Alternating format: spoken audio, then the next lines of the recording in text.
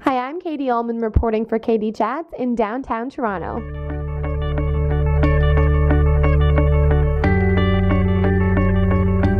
I'm here with composer Jeff Toyne.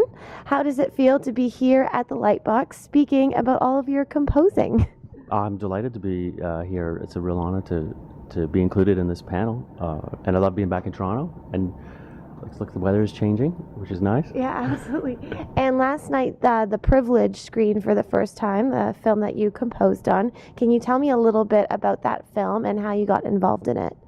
Sure. It's a Canadian indie feature, and it's actually the third project that I've worked on with the filmmaking team of Leah and Jordan Walker.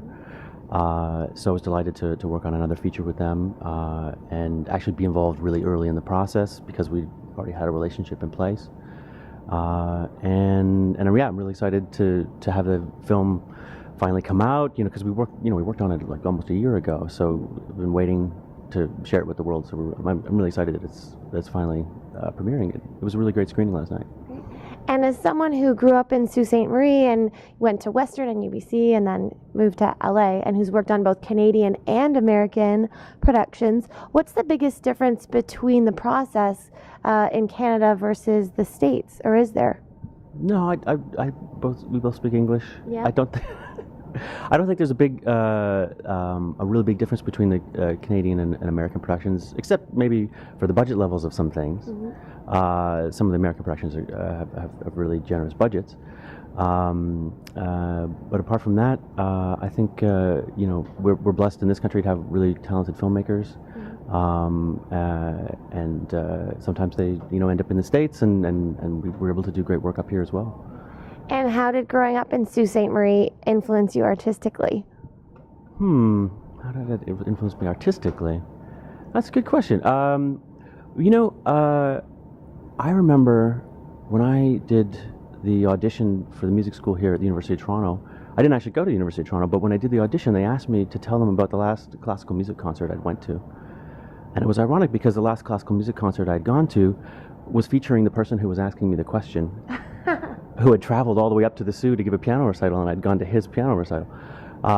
So growing up in a small northern Ontario town, I didn't actually have a lot of opportunities for culture, and so it wasn't it was far from a vacuum, but it was something where creativity, coming up with your own art was something that it was easy to do. There was and so you kind of do it ourselves attitude was something that we like to do. Cool. And what advice would you give to an aspiring composer? Aspiring composer. Common advice is to search for your own voice, and I think that's very important.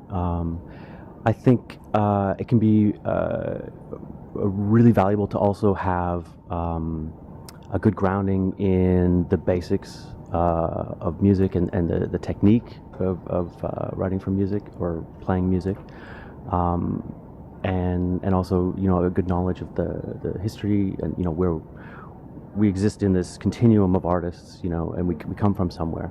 I think it's good to know about that as well. So the technology today allows us to do a lot of things quite quickly and quite easily, but I think it's important to know a bit about how and why we do things the way we do it, so we're not just kind of fumbling around. We're using technology to really execute creative ideas.